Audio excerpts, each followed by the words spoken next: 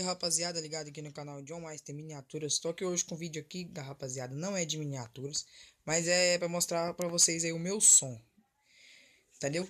Não é um som ali forte, potente, mas é o somzinho do meu quarto aqui, é um somzinho básico e eu montei com o que eu tinha aqui em casa.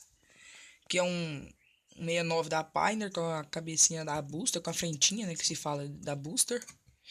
Esse aqui é um coaxial da Booster.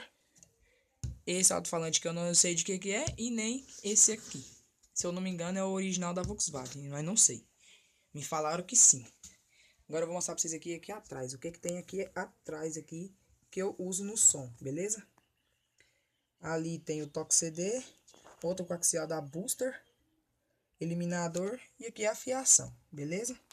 Vou colocar aí o nananá pra vocês verem aí. Vou tocar só um pouquinho aí, é nóis. Pra vocês verem aí o trenzinho batendo top.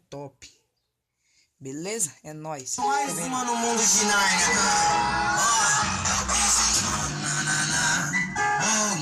A maioria das amigas da minha ex-mulher tá querendo dar nananá.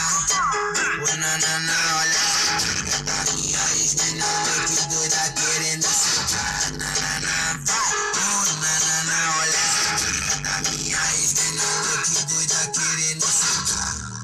Quem foi que disse pra tu me divulgar?